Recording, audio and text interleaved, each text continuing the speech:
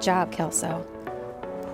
What's up, everyone? It's Sarah, and this is my friend Kelso here, and today I'm going to talk with you a little bit about a compulsive disorder known as tail chasing. Now, just to be clear, I'm not talking about where your dog just happens to catch the tail in the corner of his eye when he's playing and he grabs at it and has a little bit of fun. I'm talking about a compulsive situation where it's repetitive and it's over and over and over again. That is a behavioral disorder, and it needs to be addressed professionally. So if your dog exhibits that same type of symptom to where they can't stop themselves and they get in this pattern of chasing and grabbing and sometimes inflicting self-injury on their tail, this video is meant to help you out.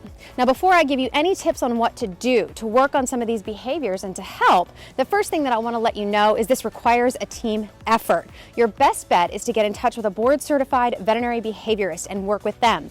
Now, often it can take several months to get in with a board-certified veterinary behaviorist because there's only less than 100 of them in the entire country. So even though they're available, it takes some time. In the meantime, here are some things that you can do, but also an alternative is to work with a behavior professional, such as myself, and a veterinarian on top of it, so that you have medical intervention as needed to help move through the process of behavior modification and help your dog to a less stressful, more fun, happy life.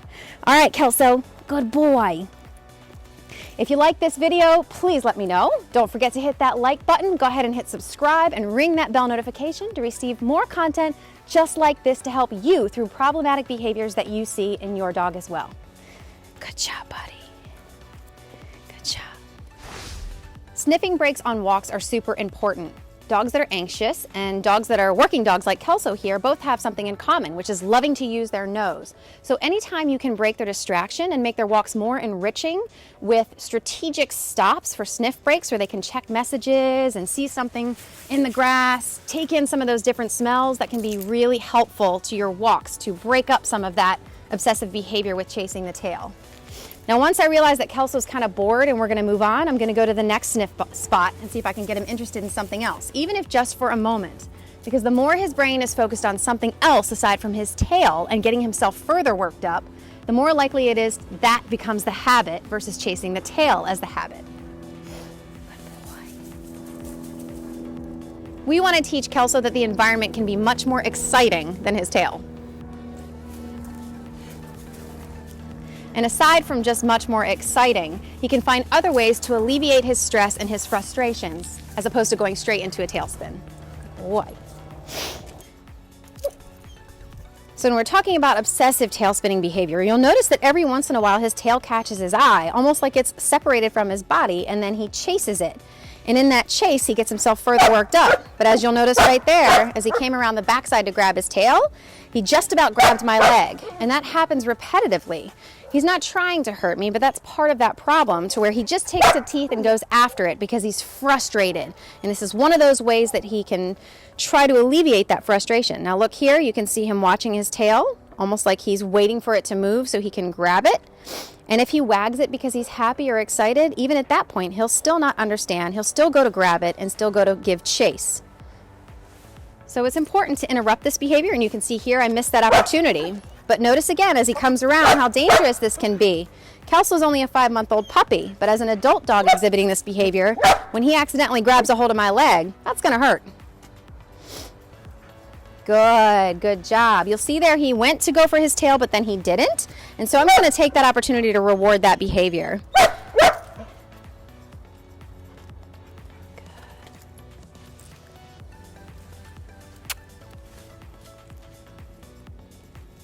Job.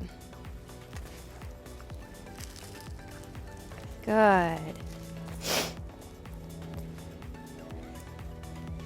Dogs that exhibit this type of behavior need the break in that brain wave, in that brain pattern.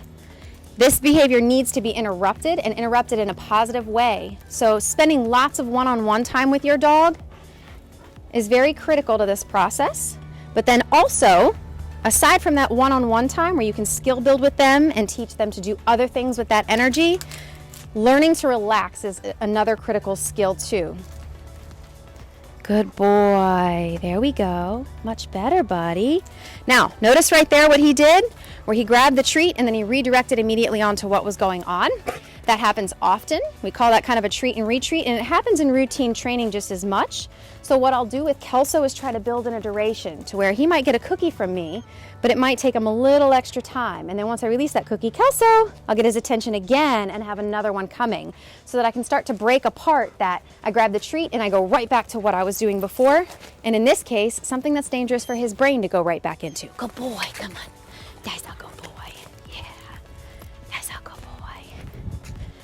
Though we will often see this type of behavior start to develop as a means of releasing frustration in dogs whose needs aren't getting met, this sort of problem that you're seeing right here is not that same kind of problem. This is most likely more related to genetics and is genetically kind of instilled in him and written in his DNA.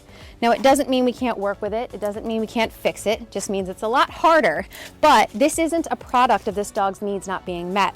Now, the one reason that I mention that is because Kelso is a family companion, but he's a working dog, which means he's from a police line of dogs that are bred to have a will and determination not to give up, to have really good drive and determination and skill and that human engagement.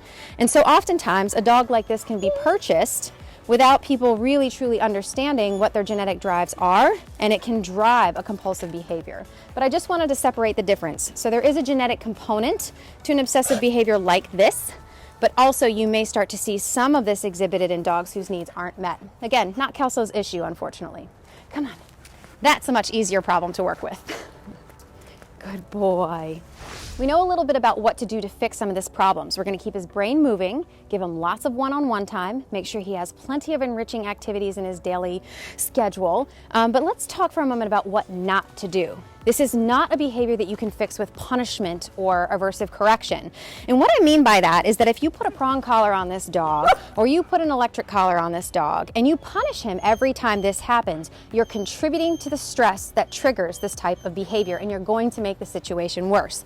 This is not a behavior that needs to be corrected. It's not a bad thing that needs to be punished. That's really important to know. So if you're using any type of aversives and you're yanking the dog with a prong collar anytime something like this happens, you're going to add to the issue and make it worse. This is something that needs to be broken up in the brain and restructured. So that's why we do a lot of those one-on-one activities, and in a minute I'll talk about how we can use their body to help their brain disconnect from that focus as well. Now, the reason I bring up the prong collar in particular is that I want to mention that Kelso actually had a prong collar on at one point, which number one, I don't recommend with any puppy for the most part because there's just really not a need for that. When you're building the bond with your puppy, it's not about punishment, it's about showing them the yes, showing them what to do. And in Kelso's case, he actually developed a traumatic experience because of the use of a prong collar. So when he would go into these tail spinning behaviors, instead of them giving him something else to do or a way to redirect that behavior, they would punish him by yanking on that collar. Now, all was fine and dandy until one day I was working with Kelso and I'd never had a leash on him before. And he was totally fine. He was playing and engaging. He wasn't tail spinning until I brought the leash out. As soon as I put the leash on Kelso, his whole demeanor changed. He was scared. He went into a semi-panic mode. He was trying to tail spin. He was all over the place. He was biting at my legs and at my hands, and I could tell that he was terrified. The common link is that he was being punished every time he would go into a tailspin, and that contributed to the issue at hand. So if I can encourage you in any direction, if you're thinking about tools to use with your dog, don't use something that's going to be really uncomfortable and add to the stress. Stress will only trigger this type of behavior even further. This way. Come on. One of the places that I love to bring dogs in general, but especially dogs with issues like this, is to the playground. Now, mind you, when there's not a bunch of kids around, because the barking and the chasing and all that can be kind of startling to the children. But when it's clear and free, I love to bring the dogs, because what I'm doing is teaching them to be aware of their body and their paws. And that kind of makes their brain think about something different. They have to think about their foot placement, what's around them. Something new is being asked of them. All great things for the brain. So I really love taking them out to the playground, and I would encourage you to do the same. Come on, buddy. Let's see how far up we can get you. Come on. Wanna try? Yeah. As you can see here, he's focused on what he's doing. There's not even an intent to tailspin right now. Good boy. Good boy, bud. Come on. You can do it. You can do it. Just a little bit of encouragement. We're going to build some confidence by conquering this. Now, the first time he goes up here, he needs the reassurance. And he needs the distraction from tail spinning. But the second, third, fourth time he comes up, I fully anticipate he'll run up here like it's nothing. Come here. We'll check out the smells. Go up and down. Good boy. Yeah, good boy. Very good. That's a good boy, buddy. That's a good boy. Yeah, good job. Good job, Kelso. Very good. Come on. Come on. Come on. Come on. If you don't have a playground available to you, think about other creative ideas, such as a park bench or boulders that are along the greenway around the walkway. Anything that gets his paws up and down. Now, if you really want to be fancy, there's this awesome company out there called Fit Paws USA that actually makes gym equipment for dogs. And they're these nice big puffy, knobby type pieces of equipment that they put their legs and their feet on all at different times, and it helps them really think about where their paws are and what's going on with them. So that's a really good idea for bringing some awareness to their feet. Good boy, come on. Come on, buddy, come on. Yeah, good boy, up you go. Good job, Kelso. Good job, buddy. Here you go, good job. Yeah, good job. What do you think? Come on. Good job. Yeah, all right, come on. Come on. Oop. Come on, good boy. I said good boy. Come here. Let's go up here. Oh, here's a tough one. Come on. You want to come up here? Come here. Come on. Okay. Come on. When we challenge our dogs to think, they have less time to fixate. When they're in a thinking state of mind, they're not in an impulsive state of mind, and that's really important. Come on, buddy. So when we challenge them, come on, to something new or something they haven't done before, good boy, or to increase their skill, like Kelso's been on this but not up this, then we're slowing down that process of impulsivity and we're challenging them to think, and that's so healthy for a brain like Kelso's. Good job, buddy. Good job. And even when we slip, a little bit of encouragement so we don't get scared, and we keep going and we persevere. Good job. That's a good boy. That's a good boy. Let me see. Let me see. Ready? What's this? Oh, good. Let's slow it down. Keep the thinking. Keep the focus. You missed. One thing I want to mention is the importance of rest. I mentioned it very, very briefly, but it's truly important for an anxious brain to have full recovery. And by full recovery, I mean good sleep habits.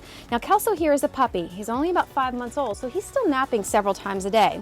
So I've talked to his owners about doing crate naps in a quiet, dark place. So where it's not very light, you can draw the shades or cover the crate if need be, but an area where he's not going to be interrupted during those sleep periods, so he gets a full recovery for his brain. No dogs coming in and out, no people opening the doors, just a nice, quiet, relaxing rest place. And the crate is the perfect place to do that, especially for a dog like Kelso.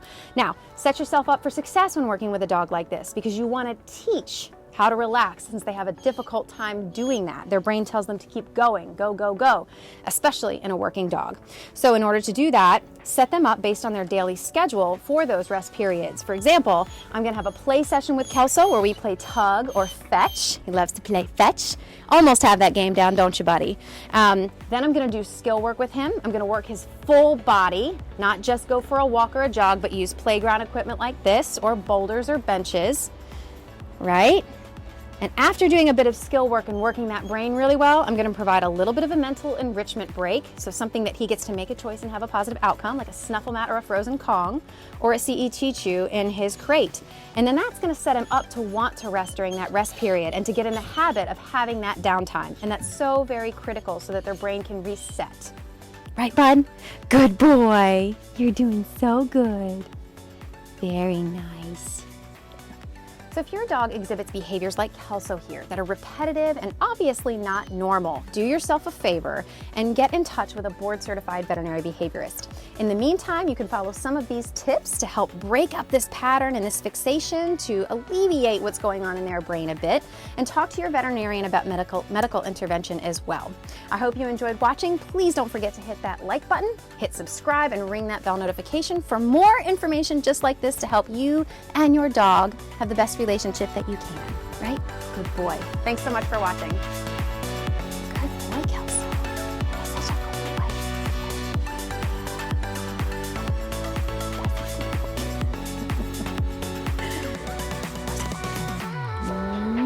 No.